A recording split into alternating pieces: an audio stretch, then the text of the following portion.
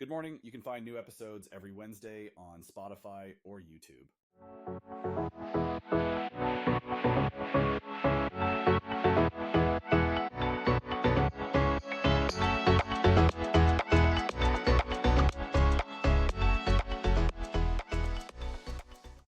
Oh, all right. Welcome back to another week of Scrambling Dads podcast. This week you got just Jason and Alex. Mike is playing hooky on his podcast duties. About to travel and go play some Michigan golf, which I'm extremely jealous of. They're going to Grand Traverse Resort. I've heard of Traverse.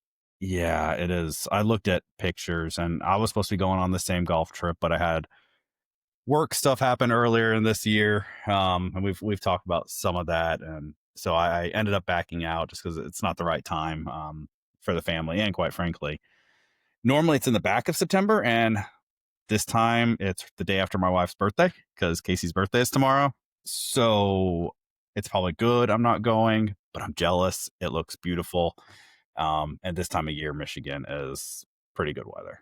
So is he? I thought he wasn't going to go because I know he's got his sick kiddo at home. Well, I don't know. My understanding is he was. Okay. I think his wife was traveling but gets back today or tomorrow. Oh, so she was traveling for work. Yeah. So he didn't get on because sick kiddo and getting ready for his trip. Fair enough. So you get Jason and Alex. We're going to do a quick little golf update here, but since it's just the two of us and we have very similar life experiences, we're going to talk a little bit about our single dad stage of life before we met our amazing wives. But let's talk golf real quick. Yeah, it's really easy transition. Both of us have been messing with each other all week on teasing some stuff. So we need to, it's been a week of sending pictures of boxes without labels, or you'll send a little like purple devilish thing as a text and like, okay, we just got to get this all in the open because it's been a week of sitting on the edge of my seat here. And you don't even know what I've been doing on my end. No, I mean, I have my suspicions because knowing what you've gone through, you're pretty tracked on taking care of some stuff. But I mean, like I said, I've got a card up my sleeve that you guys have no clue about. Okay, so who wants to go first? And are you sharing that without Mike? Which part?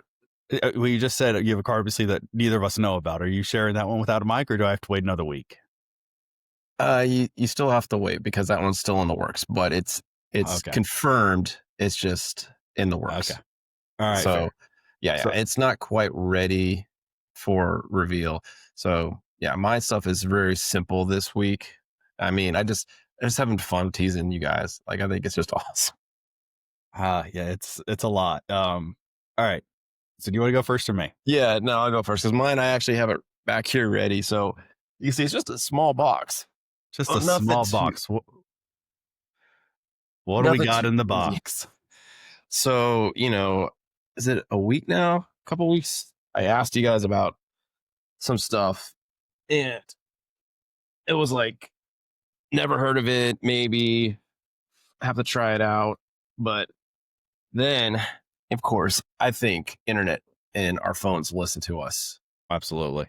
Like, period. Like, because as soon as like I drop this name on you guys, like by the next morning, oh, by the way, here's a 10 or 15% off, and new stuff is being released like the next day. And I'm like, of course.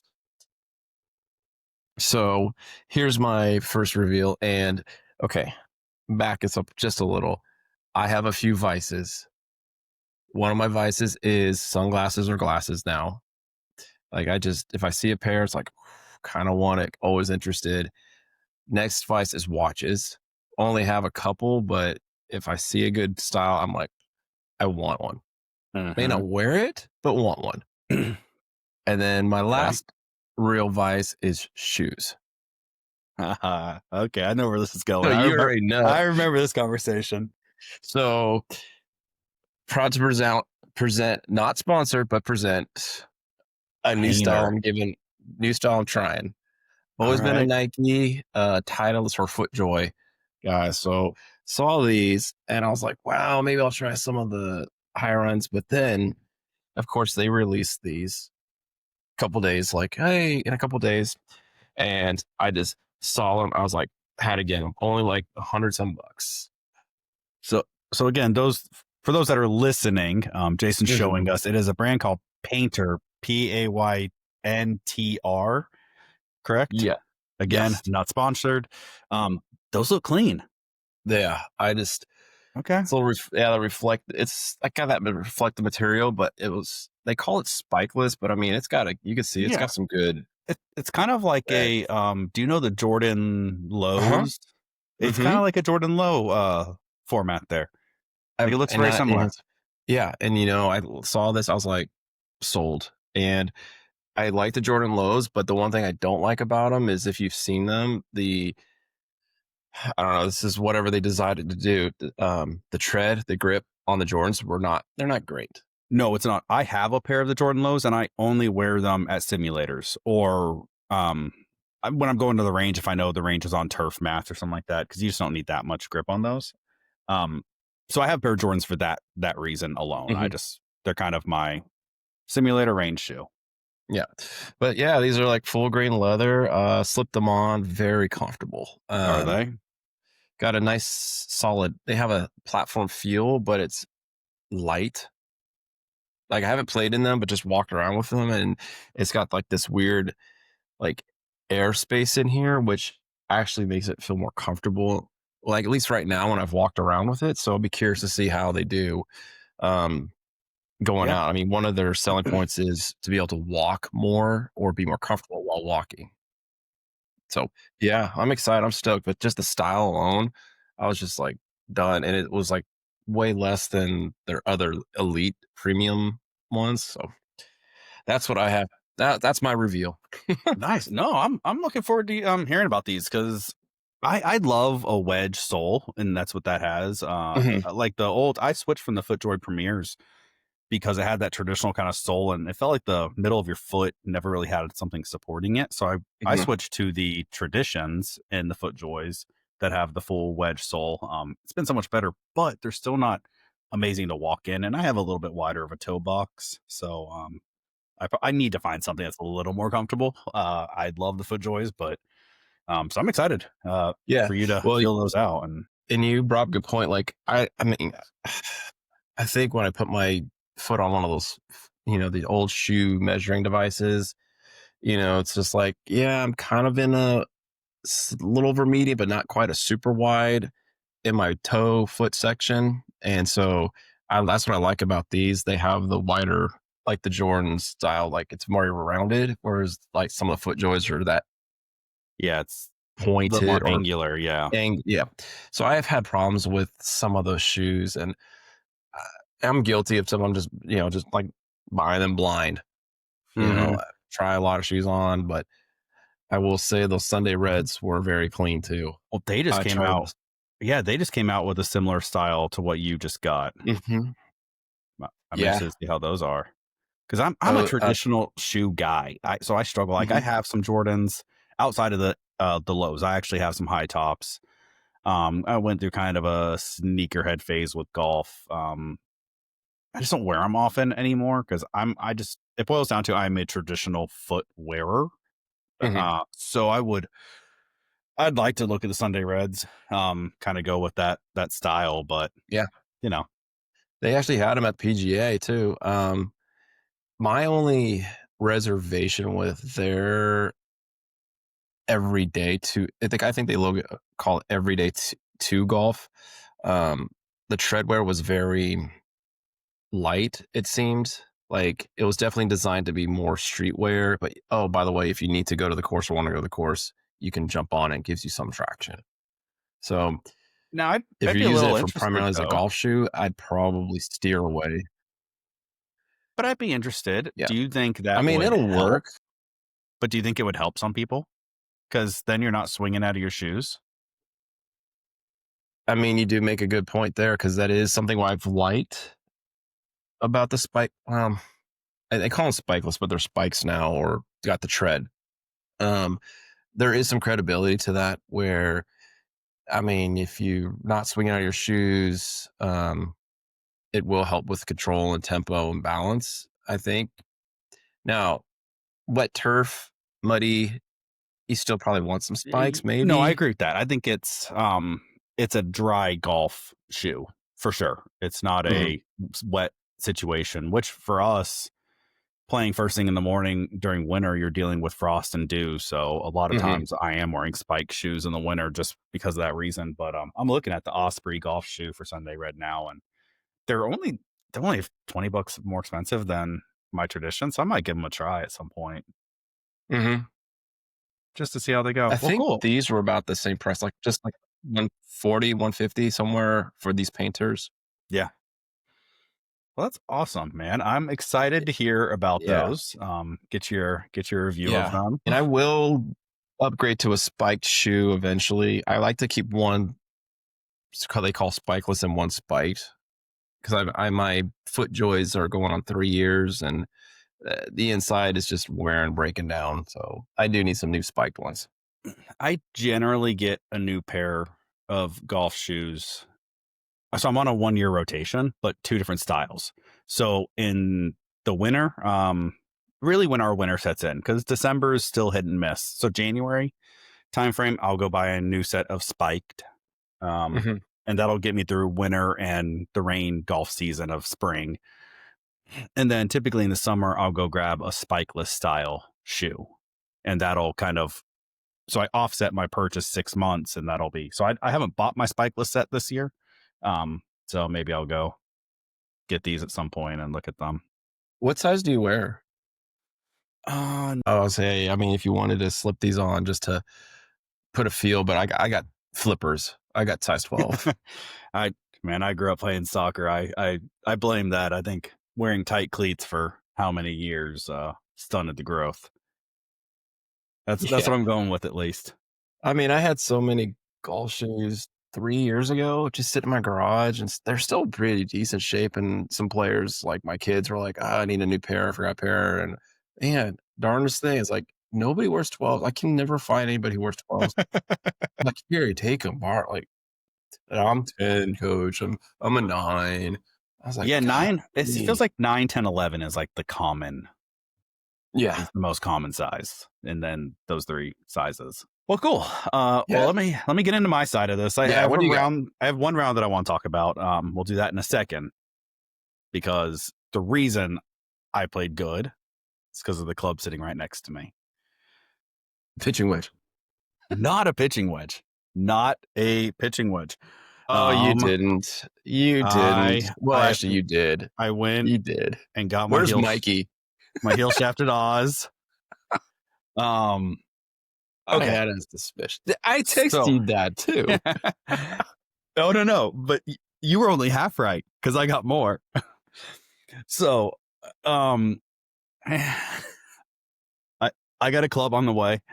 It is I God knows when it'll be here, 2 to 3 weeks. And I have a shaft coming on Saturday. So very long story. It's not Okay. actually that long of a story. It's Short. not that slow. So I had a bunch of stuff I was going to trade in. So I go to Right. PGA. I'm like, okay, cool. I was trading in my Oz, my old 3 wood, and Mhm, then my buddy set of clubs that technically was supposed to offset the cost of my irons, but I've mm, paid that credit card bill. So I'm like, okay, cool. Well, like I've already paid the bill, so it's kind of money in. Um, so I did the math and I was like, cool, that's going to be around $500. I looked it all up. I was like, okay, so this should be a net. I'm fine. And it's clubs I don't need. Like I don't need two Oz putters, right?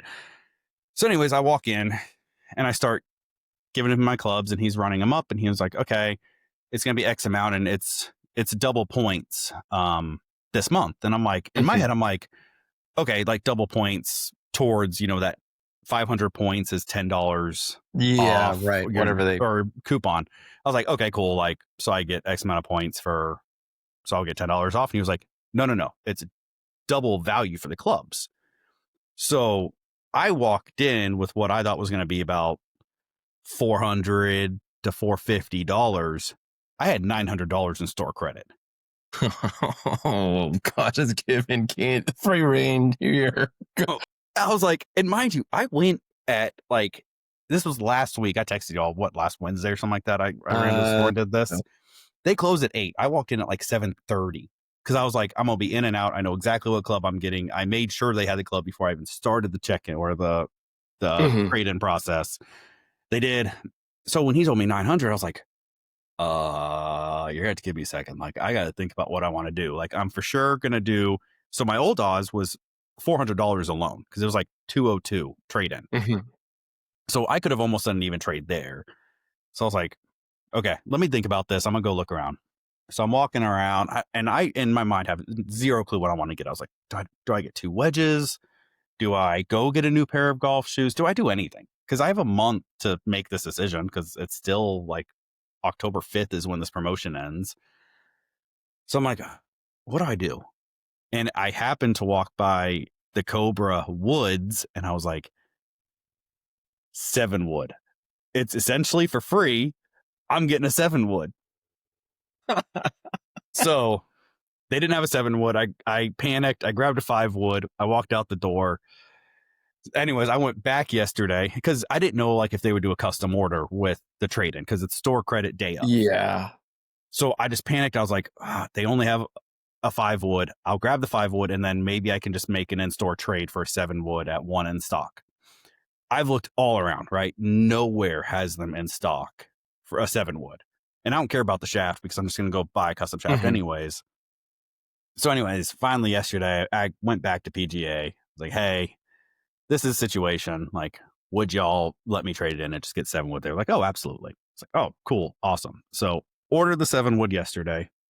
Don't know when it'll be here. Then I got on eBay last night because I got fit for the Ventus Black Mhm. Velocore Plus, which is a Mhm. $350 shaft, and they have it. Like they could have built the club there, and I would have just paid the difference. I was like, I'm not paying 350 for a shaft, 350 plus tax plus. Right. I'm like, no, I'm not. Right. $400. Like, no, I'm not doing that. So I actually ended up buying a Ventus Black for $200 off eBay yesterday, Mhm. and that'll be here on Saturday. So for $200 out of my pocket, I grabbed a new putter and my 7 wood. So that's what I got working. But you didn't wanna do new wedges? Because I know your grooves are shot on there. No, because I want to get fit for wedges. It's literally the only clubs in my bag that I have not been fit for. And I, with the credit I had, I could have only got two anyway. So it was like two and three. And then the shafts that they have in them, I probably would have had to reshaft all of them anyways. So, and I need to look at grinds because that was part of the gapping session where they were like, well, I think you're, a candidate for the new Tour K grind and the Vokies and this and that. So, and it goes back to I would feel really bad about not doing the fitting with the guys because of how much they've supported me. And it was like, I can go spend $700 on 3 clubs or $700 on 1 club. And I was like, I get $700 either way, but value to value, I'd rather get 3 clubs. So it's like, I'm going to go get fit for these 3 clubs to make sure they're all dialed in. They're the ones that truly help me more, anyways, from a scoring perspective. So I'm still going to do the wedge fitting. Probably not anytime soon since I just made a $200 shaft purchase. But but yeah, it was like I came home and I was so giddy. Like I walked out the store with 2 clubs and 2 boxes of balls for like $60. Well, you're more giddy because you got your heel set odds now. That's what you've been talking Okay, about for well, the we're gonna talk about the round in a second. I walked in though with those clubs, and Casey looks at me. She was like, "Didn't you go for a putter?" And I have 2 boxes of balls, 3 wood with me or 7 wood, and I was like, "Okay, wait, hear me out. There's a reason." Um, No, so I played Sunday with Colin and didn't get to warm up.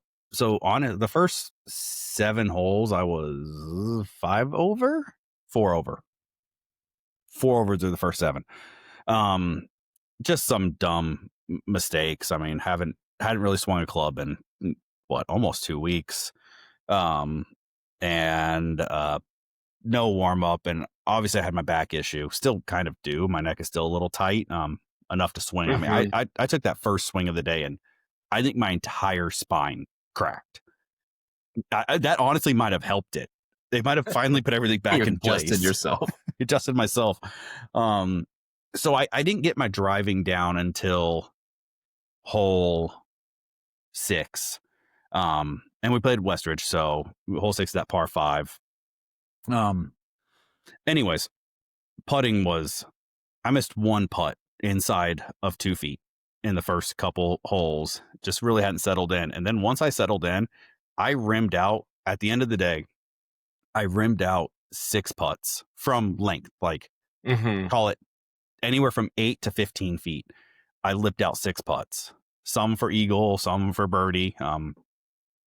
But from holes 6 on, I parred.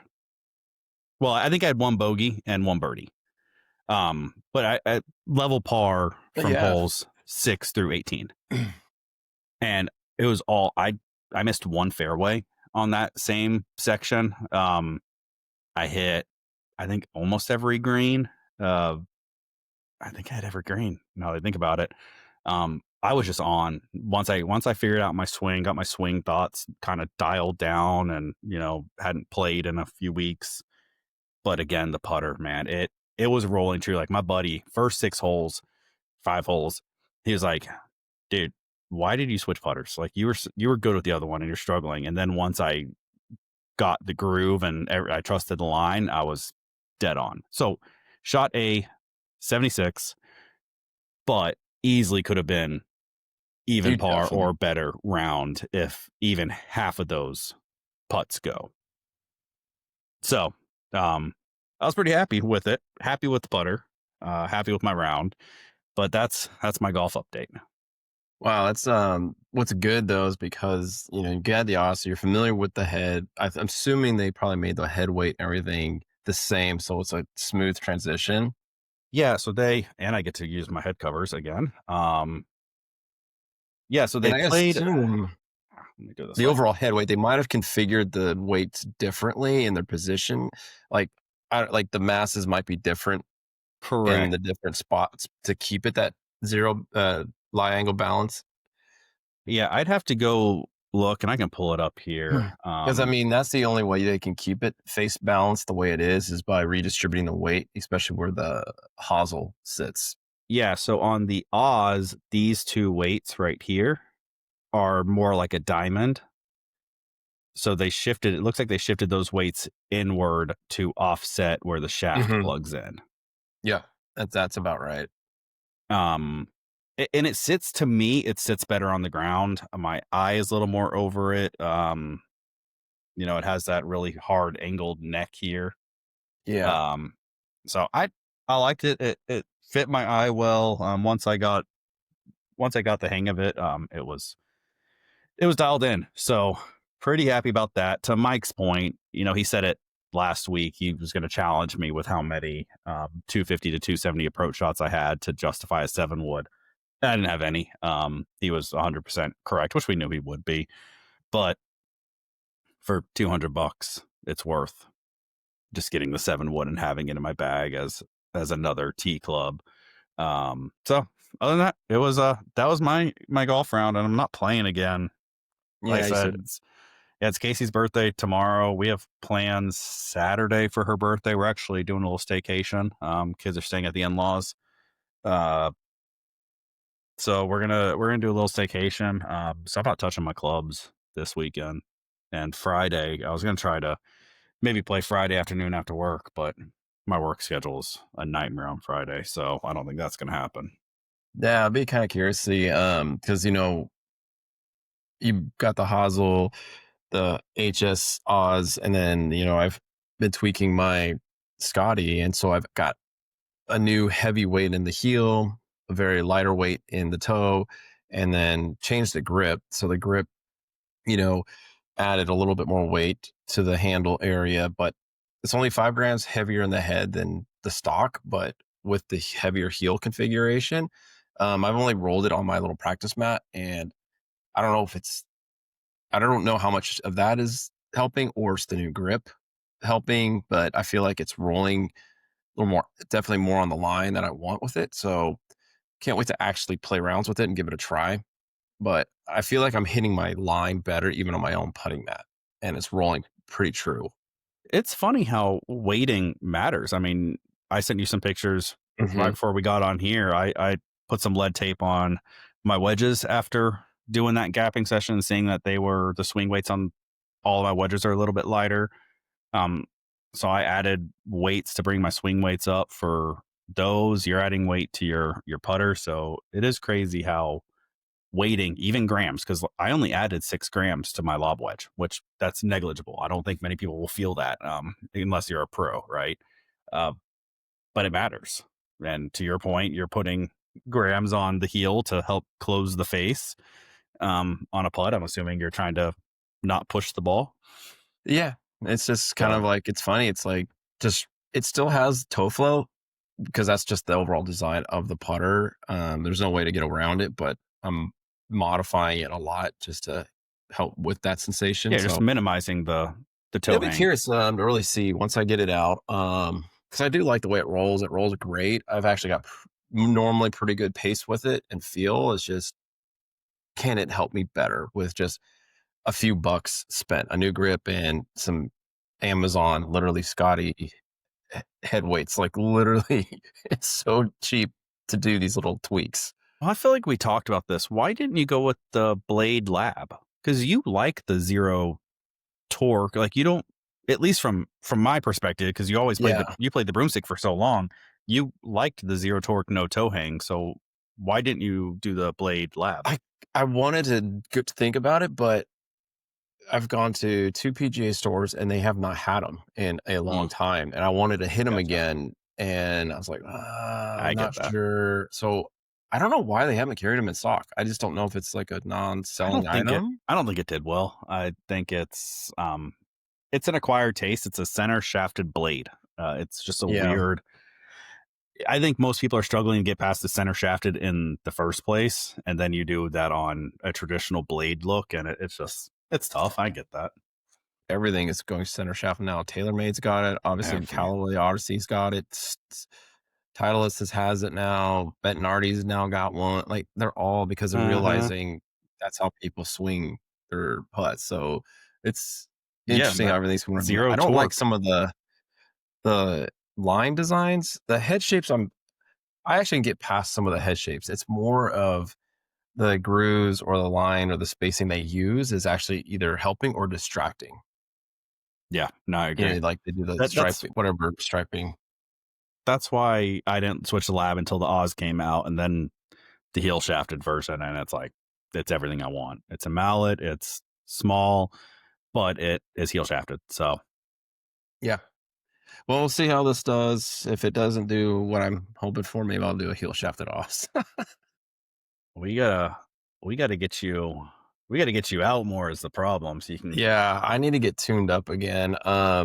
Speaking of just one last little piece, Mike and I were in that group chat and blown up with all these codes and things like that, and just understanding what I'm looking at. So I am changing driver shafts.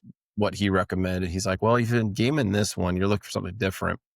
You've already got this one in hand, so get something else different." So using the code, I went to eBay because that's the best place to buy some of these parts. Got a Tensei 1K okay, orange nice. for like 200 bucks. That's an expensive shaft too. Yeah, 200 bucks. Got the new adapter for the driver head, and I'll just grab a grip when I take it in. Um, but what's curious about it is I need to knock spin down. So I'm like, okay, this is a good one to help knock spin down, and it's counterbalance. So it's going to make the head weight feel lighter. And I was like, well, that can give me some options to actually play with some head weight to add a little bit more mass, so with a little higher club speed, with the feel of being lighter, might add a little extra distance, maybe. Um, so with the driver, I have the triple diamond, so I can look at playing with the head weights. Right now, it's like I have a 6 in front, 9 in back, but I may go with like an 8 and 8, so a little more mass up front, but and then the mass in the back, but still staying around that same head Yeah, mass, and then at least more punch at the front end. So, and then I'll drop spin because I'm hitting driver. Last time I was on like one of those hitting bays, the driver was still like 3,000. still pretty spinny. Yeah, It is, and so trying the different golf balls will help.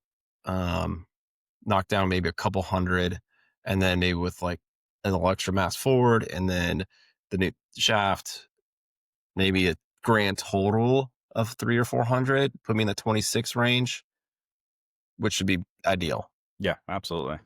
Yeah, something we haven't talked about. Well, we can save it for next week. Is I tried the Chrome Tour Triple Diamond and the Wilson Staff Tour X. So trying new balls definitely is part of that club conversation. We've been talking about that, and then we'll talk about what I'm doing with my driver. I should have it back from the shop by then as well, Yeah, and you got I'll some. have some feedback on how that's working um, by then as well. Now Hopefully. you got the dark speed, right? You don't have that new 33 adapt one. You got the Cor- older, Yeah, right? my driver's the Dark Speed LS. I'm getting the DS Adapt 7 wood. Okay. So they'll both be Cobras. But the 7 wood's obviously the newer version. So, but we'll talk about driver and ball testing next week. Yeah, When that'd be good. Mike's here to hear about that. I'm sure he'll have some comments on the ball side of it. Yeah. Well, good. Let's let's talk about life as a dad. It's been a hot minute since we've really delved into some of that. Um, Yeah. tell me about Jason as a single dad. I want to hear about this. Gosh. Yeah, unfortunately, it was like, early on when the girls were young. But it was just, you know, a dad with girls. And, it's always like, oh, that's so cute, daddy's girls and everything. And, I'm starting a new job within that same year. Everything goes haywire and trying to figure out what's my routine, what's my balance, and how am I going to do this with, uh, they're 4, 7, 5, 8, somewhere in that range. Um, and just trying to figure out a good balance. And I mean, I tell you, um, it was rough. Like there was times where, you know, what do I do?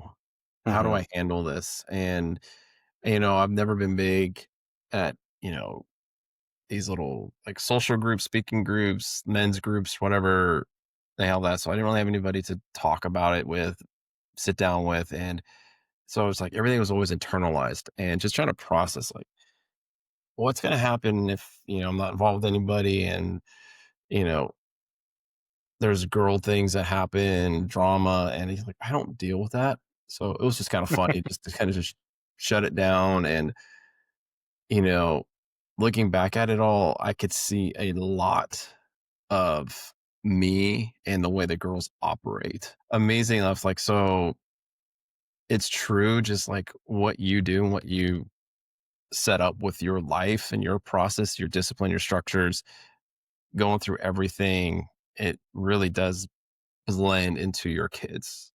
And I was like, okay, so Miles, now there's two of us. Miles, well, I'm still trying to be structured discipline, but still trying to figure out um that piece of like, okay, he's having fun and doing this, but there's a point where we got to start getting a little more structured. So that's kind of like a snippet of some of that I've had to go through. I mean, obviously there were some other hardships that, had to deal with and talk about with the girls and process, but there's that side of it. But to kind of, I don't know if this is like I don't, bonus is not exactly the right word, but there's those times where you can have your freedom back when, they're off with mom, you have your time and you can get into your hobbies or whatever it might be. Um, so that's when I kind of slowly picked golf back up again. It took me a little while. And then so that part of it as being a single dad, had its benefit, but this is where the tough part was. Is, do I go have my own time, or my girls will have soccer games and it's like back to back somewhere down in Dallas or wherever it is, and I lose my weekend to go watch them play. And so Yeah. as me personally, always committed to I'm putting the girls first. Yeah, And so a absolutely. lot of that stuff did sit in the back burner, especially, when it was always in that transition time in season. And then, so that's kind of like a snippet of some of the teens I had to deal with and just kind of run with it. I mean, I was a single dad for 5 years. Is that right? Yeah, 4 or 5 years, somewhere in that range. And Is so, that yeah, 4 or 5 years before you met Shelby then? yes. Okay.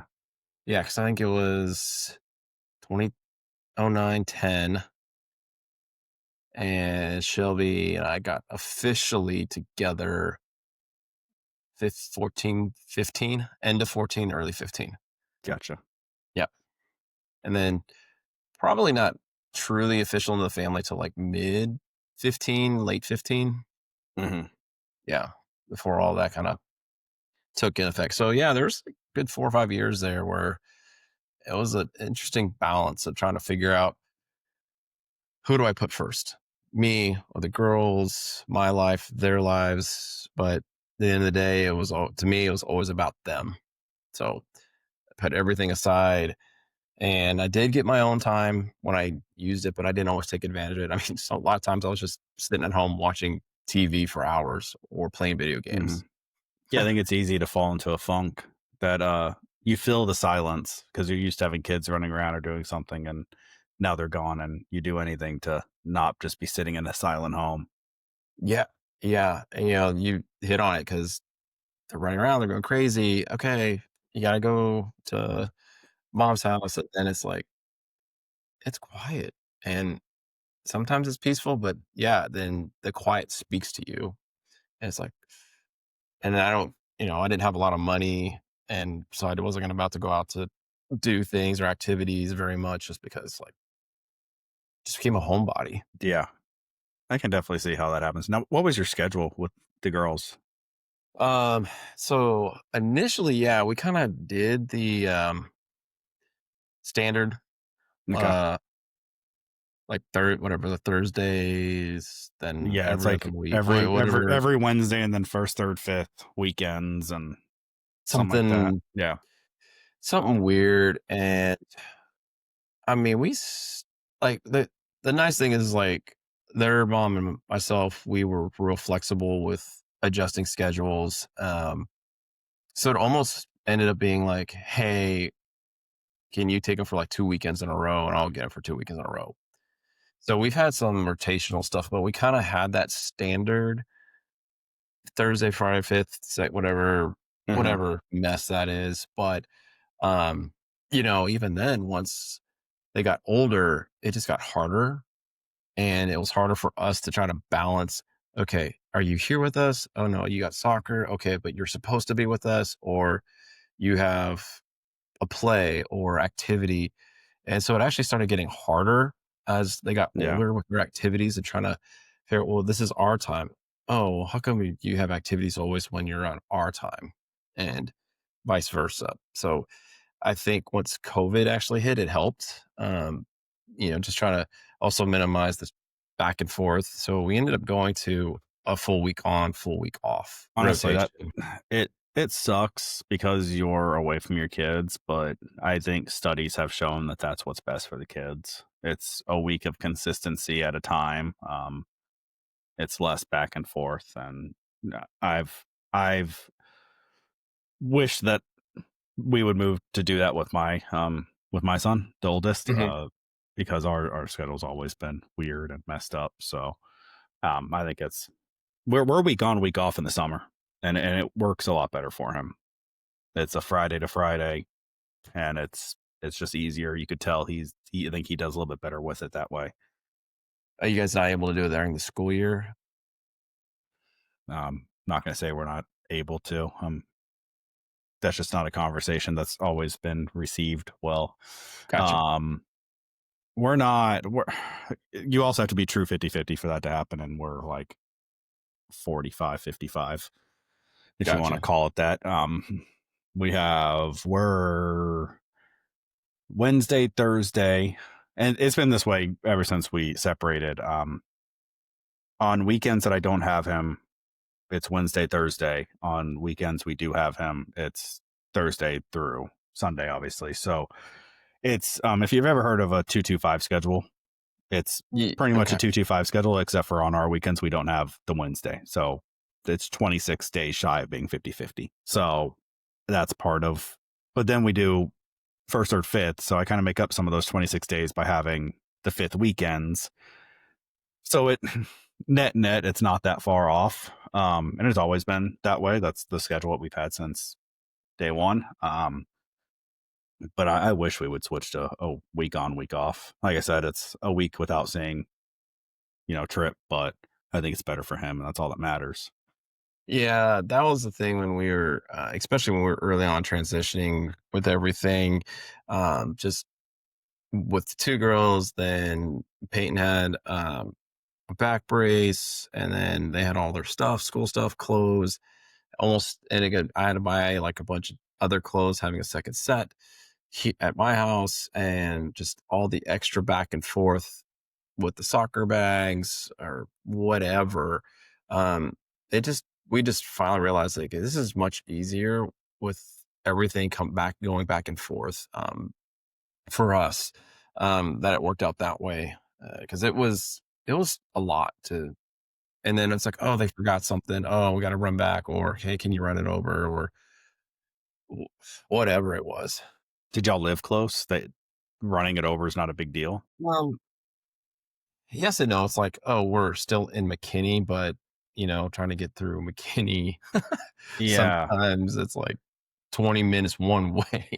Yeah, so we're door to door, we're like a mile and a half apart, as the crow flies. So it's like a 5-minute drive.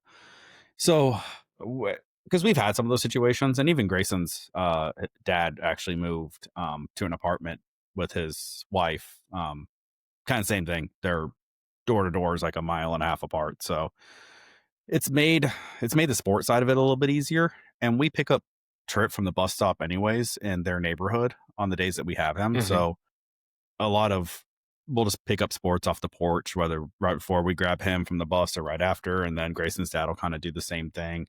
When he's picking him up from our house, he'll uh, run by the house and grab baseball gear that's out in the front yard. But I say all that to say you're 100% correct. And it's easier from a logistics standpoint too, because you pack all of your school stuff, all of your sports stuff. You don't have to have sports stuff in two different homes. You don't need baseball pants in both spaces or whatever it is. You're still going to have some stuff. Like we have a lacrosse rebound net in the backyard, and he has that at the other house too, because that's not something you can transport to and from. Hmm. But Right. like he has a stick over here, he has a stick over there, plus his bags over there. It's like we don't necessarily need that, right? We could, if we switch a different schedule and just everything comes at once, cool, and we switch on whether it's a Sunday or whatever it is. Um, so I don't think you're wrong. I think it's easier. We haven't hit that point yet. I mean, trip's only 10, so we haven't like totally gotten into like heavy sports and weekday sports, and I think that probably hits when you start getting into school sports a Yeah. little bit more. Because obviously rec sports are mainly on the weekends. Granted, right now our schedule is weeknights, but Yeah. um, but no, you're not wrong. Scheduling's tough, man. You know, with when I with me having the almost 225 schedule, it was hard from a work perspective. That's right in the middle of when I was really growing up in the career, right? Um, I had just gotten promoted to a project manager, so I was kind of running my own project and all that fun stuff. And um, the project I was running, well, I was on a project in Dallas and then got shifted to one south of Dallas. So it was a hour door to door drive without traffic. Um, and it's tough. I mean, I made Monday, Tuesdays my long work days. Like I would be out of the house for 12 hours because similar to you, like my kid comes first, and I would leave the office on days that I had to pick up Trip. And granted, he was in daycare, but I would make an effort to leave by 4:30 so I could be home at a reasonable time, cook dinner, spend time with him, do all of the dad stuff. And when they're kids, they're going to bed at 7:30. So it's like if I get home at 5:30, he's going to bed at 7:30. I'm only seeing him 4 hours during a normal week, two Yeah. days, 2 hours apiece. So I I prioritize that now. I can't sit still, and I didn't cope well with the silence. It was deafening to me. So I very rarely was home. I would get home, even on the days I worked 12 hours, I'd get home, I'd eat dinner, um, play with the dogs a little bit, and then would go to the gym for 2 hours and then come home, play with the dogs, go to bed, sleep for 4 hours, wake up, do it over again. Um, I could not ever sit still. Like, I wouldn't go, I didn't want to be home and having to go to bed until I was like ready to pass out because I didn't want to sit in that silence. And then I ended up getting a motorcycle, and I would just on the weekends that I didn't have them, I'd go ride my motorcycle around. And that was fun. I did a couple trips to Fredericksburg and stuff like that with a couple buddies. Um, but I didn't sit still. That This is all when I was kind of still putting golf down. Like I didn't pick up golf again until I think we said at 2019 this time frame. So that was after I met Casey. Yeah, it's funny you mentioned that. It's like you didn't want to be quiet. I think that's where I started picking up, turning the TV on. Like it's still late and I wasn't quite tired, but I was tired enough. But I would just turn on late night television and I would start getting a habit of putting a sleeper setting on the TV and I'd fall asleep. Like I needed that extra noise. Hmm. It didn't even matter what it was. It could be Jimmy Kimmel, Jimmy Fallon, a movie. I would just do random stuff and watch a little bit, and all of a sudden I'm passed out, and the TV would turn off whenever it turned off. I did music. I would go listen to like instrumental music, and Yeah. put that on, like Explosions in the Sky that did the Friday Night Lights album, stuff like that. Um, and I'd put that on when I got in bed, and usually, like I said, I was ready to pass out. It was within 10 minutes, I'm out and sleeping. But I um, still do that. I'll put go to YouTube, put like the night sleep meditation mhm. stuff on if Shelby's working late. I just So when I was traveling for work as a consultant, I would do that. Like I can't if I'm one, I don't sleep good if I'm not with Casey. I think a lot of that is I'm just with everything that's happened in my life. We've talked about my abandonment issues. I get high anxiety when I don't have the family with me. So um or at least like at night, things that like in my mind I'm like, oh, someone could break into the house. Like if I know that they're all safe, that's a whole nother conversation. But if I'm not there to protect them, that gets at me. So when I was traveling for work, I didn't sleep. Like I would put that music on and I'd sleep for an hour at a time, and then I'd wake up, be up for a few hours, then go back to sleep. And I get home and just crash that night. Like it's like I've said it on here. Like Casey is my ground. The minute I get in bed with her after one of those work trips, I would just pass out. Like Mhm. I knew like okay, the family's safe. I can fall asleep now. Um, so I still to this day cannot sleep without music if I'm alone. Yeah. It's funny, like you say that because I have to feel grounded with Shelby. It's just knowing that they're there helps. Like just even just a hand over their shoulder, or just knowing that I could just extend it, just be touching it and their shoulder, arm, whatever, and then just and then all of a sudden I could just feel this weight and ease, and next thing you know, I'm like, oh, my alarm's going off. Yeah. Now, were you good about not having the girls? I guess they were older. I was gonna say, did you co-sleep with them at all? Because I would occasionally would trip, but we split when he was one. So I mean, we're talking when he was two, Mm, 3. Because I was I met Casey 2.5 years later. Um, yeah, 2.5 years later. So we're talking 2, 3 at that point. So occasionally I would let him sleep in the bed with me on like if it's the last night that he's gonna be there. And I wasn't gonna see him, for 5 days. I'd let him sleep in the bed with me type thing. Your girls were older, but did you ever do that? I wouldn't mind if they did, but they actually didn't do it that much. Because when they were with me, they shared a room, and so they were Okay. just They always. were together. The only time it'd be is like obviously, I think Peyton was more scared of thunder, lightning, any loud noise and stuff. That always startled her, so she would crawl into bed later if it woke her up. Uh, but overall, no. When Maddie was much younger, years earlier, we co-slept, let her co-sleep with us a little bit.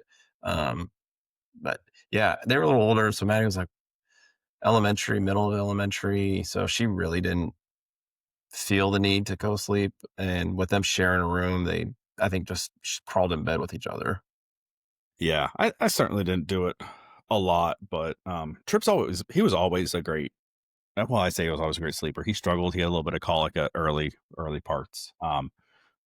But once he got a little bit older, he was always a pretty good sleeper. I never had to fight with him about going to bed.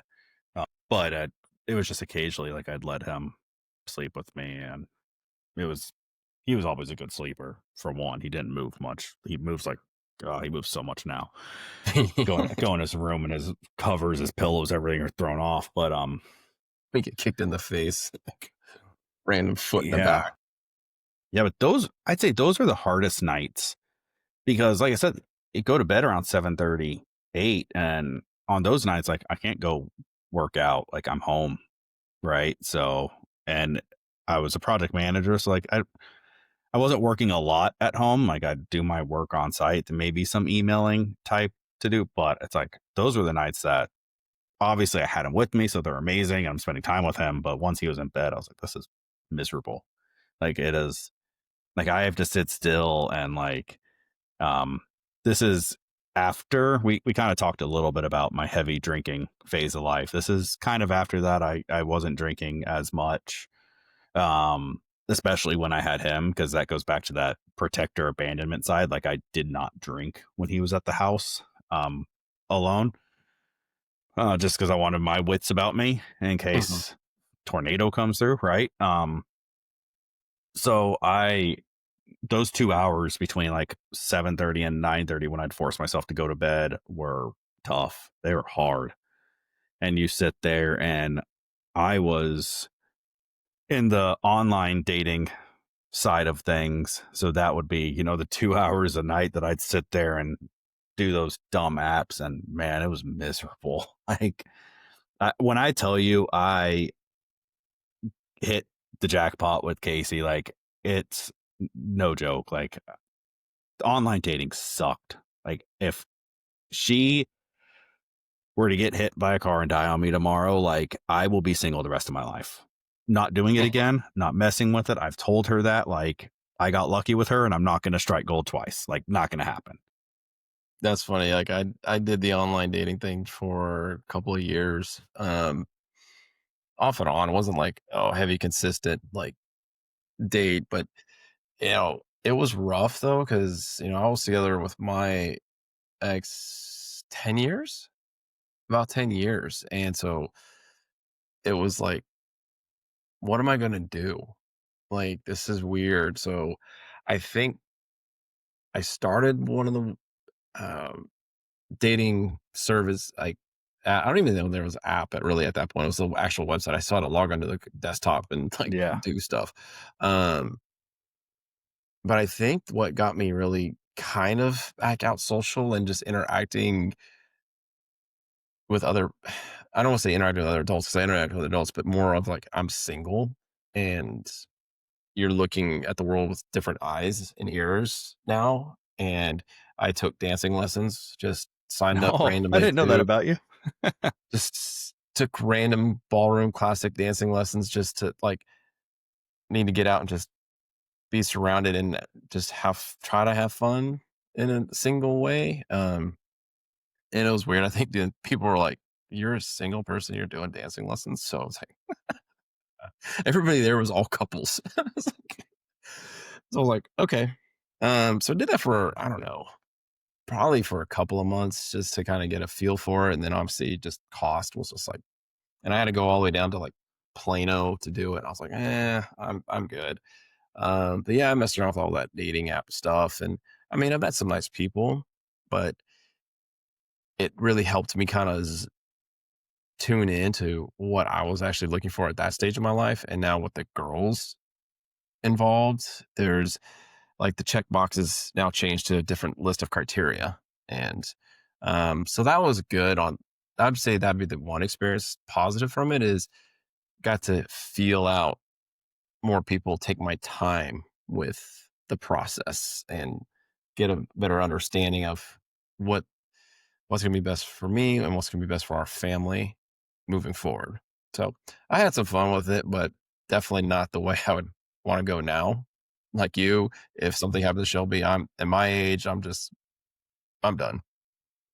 Yeah, but you're not wrong. I mean, I probably went the opposite of you. I strategically didn't put myself in scenarios in which I was around couples and I was the only single person, but I had to go to a few weddings as a single person. And I hated it. It sucked. I mean, obviously for a wedding purpose, and one of them I was in. I was the best man. Um, so it's like you go to that, and those being in that scenario sucked. That was like the year after, so still relatively fresh. But Fresh. I Yep. took the opportunity to really just like it's cliche, but find myself, right? It was I Yeah. went and I rode my motorcycle. I played wood bat baseball. I got really involved with the company. I did the company softball team. I did, all that kind of stuff. And obviously I had my time with Trip. And as soon as he got old enough, 3-ish, I was coaching his baseball team when he got into T-ball. So I strategically didn't really put myself like truly, truly out there because I just said, you know what, I'm going to focus on me and I'm just going to do what I want to do for a little bit because I've been in that marriage where it's, you know, didn't see eye to eye and I didn't always get to do what I wanted to do. And I know that when I find someone and I want to commit to them, I don't want to be in a place that I was before where I was like, well, no, I want to go buy the motorcycle because I've never done it before. And then they don't want me having one. And that kind of conversation. So I was like, I'm just going to live my life. I'm going to live it my way and I'm going to meet someone. It's going to happen whenever it does. Cool. Like I said, I was on the apps. I'm not going to say I was actively looking, but I wasn't actively not looking. It was just one of those scenarios where I was like, I'm going to live my life. And if something happens, something happens. Yeah, I'll get on like every couple of days, or if you get a message, hey, someone noticed your Yeah. profile, and then it's like, okay, let me go see. And then when I go see, like, yeah, next. And then you just search some more, like, anybody new. And then I got to find it's like it kept bringing up the same people. So it's like you had to wait so new people signed up or they became other people became single. Though, so I'll tell you, Casey will probably kill me for saying the story, but she says it to all of our friends anyways. So, um, Hey, this is go uh, public now. yeah, go public. No, because it hits on exactly what we're talking about. Like when it hits you, and a lot of times you're not looking. So, I was in a place where I had done some dating, and I just like I was never in a place I was like, no, like I don't want long term. I don't want this. I don't want that. Like I got to figure my life out. And obviously, Casey and I met on Bumble, and I to this day will say I swiped right on her multiple times. I think she kept swiping left on me until finally she just was like, God, this guy keeps coming around. I'm going to swipe right on him.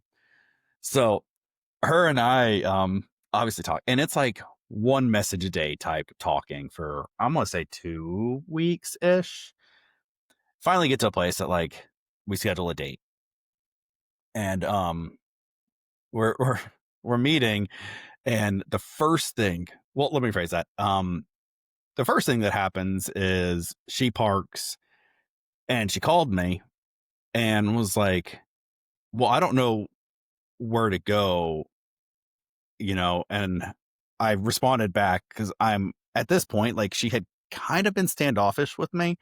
Like I could tell she wasn't totally that interested, but she was going on a date, probably for free drinks. I'm like, whatever, it's going to be a couple hours free. I'll pay for drinks and we'll move on. And I was like, well, you had a 50-50 shot at getting it right. It was either left or right. You turn left, turn right. Right. So I would just kind of be a smart ass with her, which apparently she liked. That's the funny thing. So anyways, we finally meet for the first time in person. give each other a hug. And she's like, "Hey, the only parking I could find," or no, her words were, "I parked in 2 hour parking. Do you think that's going to be an issue?" Right? Like that kind of conversation. So I knew in my head, I'm like, all right, this is going to go nowhere. Like she's already setting the stage. Like she's already gotten out. Like, let's just go sit at the bar. Let's grab some drinks and move on. At least it wasn't 1 hour parking. Yeah, at least it wasn't 1 hour parking. So we so that's the first thing that she has really said to me is, "Hey, I parked in 2 hour parking, just letting you know." It's like, "Oh, cool. Okay." So like I think both of us had expectations completely off the table at that point. Like we don't really know where this is going. But it's not going anywhere long term, right? Like we're like, is this gonna work? We ended up closing down the bar. Like we met at 8 and we were there till 2 a.m. So obviously went well. We ended up going on a second date 5 days later, took her to a Dallas Stars game. I pulled out all the stops on that one, and I'll tell you why. So we had this 6 hour of conversation and drinking, and it it comes to a point, right? You do this self development, right? We were in a relationship that didn't work. Then you live by yourself and you figure out what works for you. So okay, I know what someone needs to bring to the table to fit into my life, and hopefully what I bring to the table is going to fit into their life when I see someone that works with. And I never got that feeling. When I walked her back to the car, I got that feeling, right? Like I knew, okay, I want to date this girl. Um, and I actually at 2 a.m., like I knew my mom would be awake. I called my mom. I was like, "Hey mom, like I'm gonna marry this girl. Like I'm telling you, she is amazing. She's got everything. Everything I could possibly want. That's Casey." Um, so anyways, I pulled out all the stops, took her to the Stars game because I knew she was a big Stars fan. Uh, and the rest is history. I mean, we dated, got married. I'm gonna say 9 months later. Was it that quick? Yeah, we met in October of 18, and legally we got married. Not many people know this. We got married July of the following year Okay. I in vaguely 19. remember some of that stuff because I think we went down to Kyle's like gig or something like that. And I don't think it was supposed to be public, but I think like little Freudian slips. And then it's like, wait a second. And then of course, then I know before all that, and then you did your destination wedding, and we knew being in the business that you had to do it prior to going to it. So we kind of knew, but we weren't. Yeah, yeah. A lot of it was just the right timing. We were already engaged at that point. And I want to say it was Grayson needed insurance, health insurance. And I was already covering trip. So I was like, we had a long conversation. We're like, well, we're already getting married. Why not just go ahead? Like, we're already living together. We're already getting married. Because she moved in May of 19 into my house. Because it was just bigger between the two. Because that was another thing of she wasn't really actively looking for anyone either. We met, like, we started talking on Bumble the weekend she closed on her house. So she closed on her house that she bought, started talking to me, and then 6 months later, we're having the conversation of, "Oh, hey, do you want to move in with me? Because we can't move into your house. It's too small for all of us. And I have extra room for the boys and a playroom in my house." So that was a whole nother thing that we had to work through. But that's why we ended up doing the legal, and then we had the actual wedding the following February in 2020, which that's what we celebrate. Like half the time, I think one of us forgets the date. Like when we pass by in July, and it's never both of us in one year. Like it's one of us is like, "Hey, happy anniversary," like jokingly, like off the cuff, and the other one's like, "Oh, haha," like that's funny. Like no, You like had two of them. February is the date that we actually like celebrate. Okay. That was a fun trip. Yeah, that was a good one. So it's It's funny though. It hits you like a ton of bricks when you find that person. Because I was not looking. I was fed up with the online game, man. Yeah. Oh, got your story how you guys met. Yeah, Casey loves to tell that one when she's drinking anyway. She likes to tell people that she swiped left on me and that she told me she was in 2-hour parking. And Okay. I get the last laugh when I say, "Yeah, and I told you you were gonna marry me, and look what happened." Yeah. It's funny, like how some similarities that you guys have, and then what Shelby and I have when we first started dating, and all that got started. And I mean, it's true. It just when it organically happens, regardless of how you met, but there's a point where it's just you know, there's that sense, there's something about you. Um, but it's funny, like so Shelby started. So I'm going. You're 16. I think I started in 10 at the school. She came in 13. I think she started in 13. Um, and she was involved with somebody she's been in with long term, but you know, the story is she's had her first week of training at school, then the vets return a couple days in, and she's just like, "Oh my gosh, there's Ryan Reynolds down the hall." And she's telling her friends, and I'm sitting here going, Ryan Reynolds? At that point, he was nobody. He wasn't even Deadpool. And I was like, who the hell? Like, all my life, I'm Keanu Reeves or somebody similar of that nature. But I'm like, Ryan Reynolds? What? Two guys and a pizza? That's the guy I'm related to? Or two girls and a pizza, whatever that comedy show that he did. Um, so I don't know. There was just some back and forth. She was a cheerleading coach, one of them, and she would stalk around that building, knew I had kids, and it was always just in passing. Just, "Hi, how are you doing?" And nothing, uh, too fancy because, I knew she was involved with somebody, so I wasn't gonna do anything. I was just like, "Eh, that's cool, like, whatever," and I she always says I Facebook friended her first, which which I probably did, but I don't remember. But anyways, Facebook friends, and then just kind of stalked that way a little bit. But she was stalking me first. Like we're gonna be clear, she stalked me first. But yeah, just you know, I'm going my way. She's out doing her life, and just organically, we would just start having conversations at school or at school events, and there was a moment, like, I don't know, like, we were helping her with I was helping at her with something just after practice just and we were just talking, and then we just both had a moment and just, like, paused and looked at each other, and it was like, "Ooh," and then we just left. And then in my head, I'm just like, "Did something just happen?"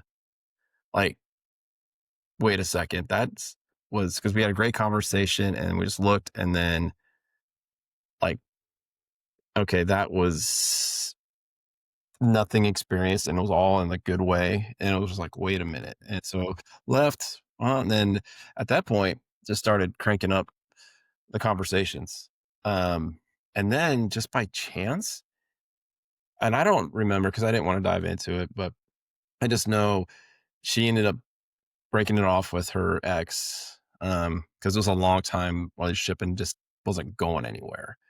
And then, us 2 were just starting to really pick up, and that spark, I'm just gonna call it that spark.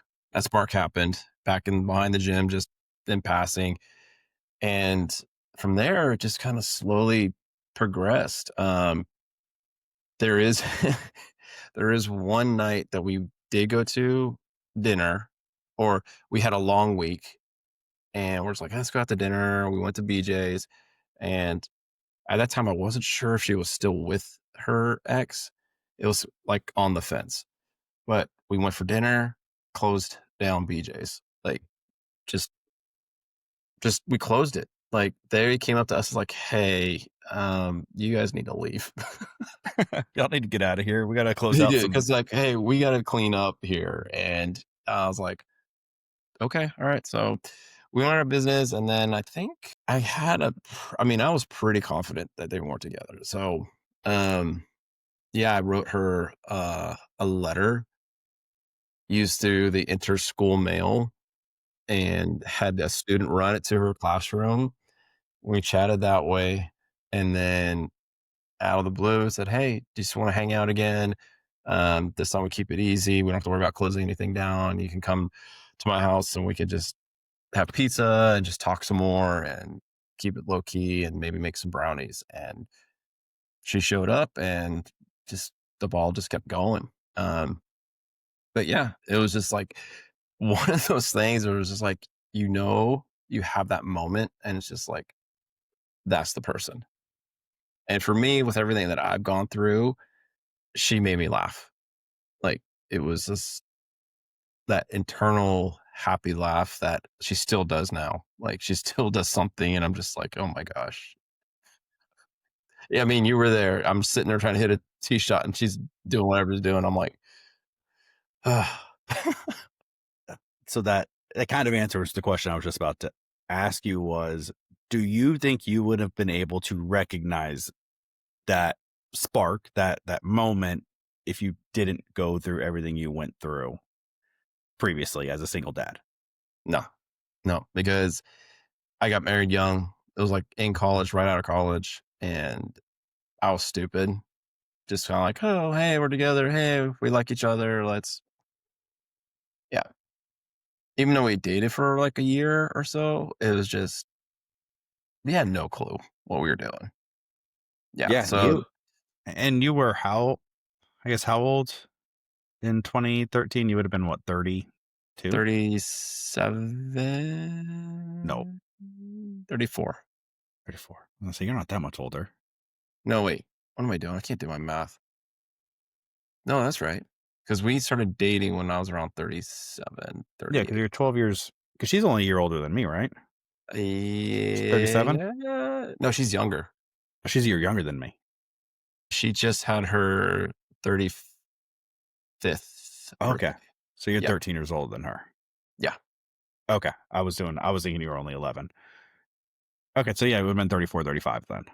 Yeah. Somewhere in that window when we first started Because talking. 2013, she would have just graduated college and started working. Right. Because I graduated in 2012. Yeah. Yeah. So Okay. she was like right out of Yeah, yeah. college. Yep. Did the interview over the phone and they're like, you're perfect. And brought her in. Yeah, so you had that time to grow and to know, and like I said, as a single dad, you start to learn what you immediately kind of know what's gonna fit into your life. Like I can't tell you the amount of times like you go or I went on what I'm gonna call that first meetup. I hate calling them a date. Like when you online meet, it's not really a first date. It's a first, like Casey and I argue about this all the time. Like our first date to me was the Stars game. The first time was just a meetup to see if we liked each Mhm. other.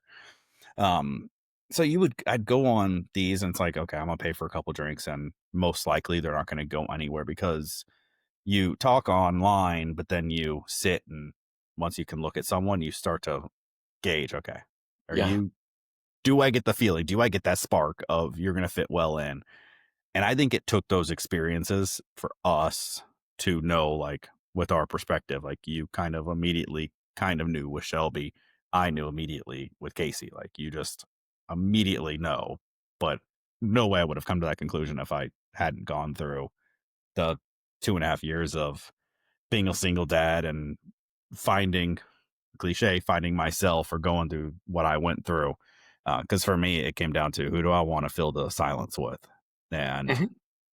Casey's that person. Like we can, some of our most favorite, it's bad. Some of our favorite vacations, like half the vacation, we just stayed in the hotel room and not for the reasons that some might think of on something like this. It is like we were just that's just fun. Like we'll sit, Mhm. we'll watch TV, we'll veg out, we'll all the things that we're so busy as a couple.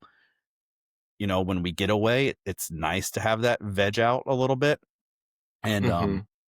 she was someone that I knew immediately I can share the silence with and feel safe like I said, she's my ground. Yeah, we can veg out. That's all we do is like, between work and then miles, it's just one thing after another. It's like, when do we sit and decompress? And it's not till later in the night. And then it's like, all right, back up in the morning, go through the routine again.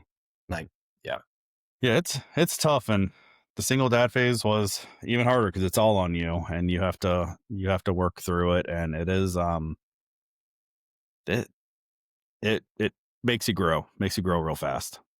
yeah. I'd say for makes you grow and definitely self reflect. That's something that I did as well. But also take care of yourself. Like, if any, and this is not just for dads, like single moms too. Like, take care of your kids, but make sure you take care of yourself. Like, whether if it's mental, physical, diet, like nutrition, just don't, because you got to be there for yourself as well and be there for your kids. Yeah, it's a great opportunity to build in the foundation blocks of those things, whether it's going to see a therapist, we've talked about that. So you just said take care of yourself from a diet perspective and health perspective. Like I was in my best weight when I was single because I would cook good stuff and I didn't have trash in the house. And, it's just one of those things. Like you prioritize yourself and then the rest will fall in line at some point. Yeah. I mean, I know all this stuff can be bad. It was rough for 6 months to a year for me, but you gotta stay strong, stay a course, and don't spiral. Just be grounded, you know, find friends, find support if you need it. Yeah, absolutely. Some of my best friends came from that era of my life. One of them, again, I was in his wedding when he got married a few years back. Um, Another buddy of mine, we don't see each other as much now because he lives South Dallas, but we try to see each other. We're in the same industry, so we try to see each other at least once a quarter. Grab drinks, grab lunch. Um, but some of the best guys I still talk to, all came from that era of life when we were all either single or newly married without kids, and we would hang out and kind of built those relationships, and that was my support network, was the guys I worked with. Yeah. Sweet. Good. Well, next week we will have Mike back on. He'll be talking about his golf trip. He'll have a handful of rounds. I know he's been experimenting with some clubs, so we'll see what he actually ends up playing with. We'll talk driver, which while we were on here, I got a text from my buddy saying my driver's ready to pick up. So hopefully I'll be able to grab that and get some testing in with it. Got some ball stuff to talk about with my testing. And we got to get you out on a golf course or a range, one of the two. Yeah. I was actually skimming my calendar and I know weather's been awesome lately. I I mean, I think this weekend I could probably at least get the range because I just need to get my body muscle memory back in sync again. Um, because I miss it. I mean, it's been a while since I've had a good session. Yeah. Well, maybe I can sweet talk my lovely wife into letting me skip out Sunday afternoon, and we can go to the range together, maybe even go play 9 holes or something. I got baseball from 1:30 to 3, baseball practice, but after that I could maybe go do something.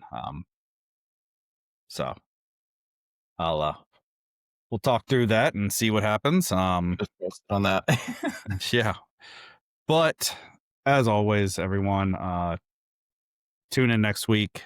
Release every Wednesday morning on YouTube and Spotify. Make sure to subscribe and get notified. And until next week, guys. Yeah, I mean, if you'd like to listen to us, Spotify, if you want to watch us, YouTube. And if Ryan Reynolds comes across this, no disrespect on that. I love Ryan Reynolds, but at that time, I was just like, what we're talking about. I don't know what we're talking about. Sounds good, man. See you next week. All right. That's it.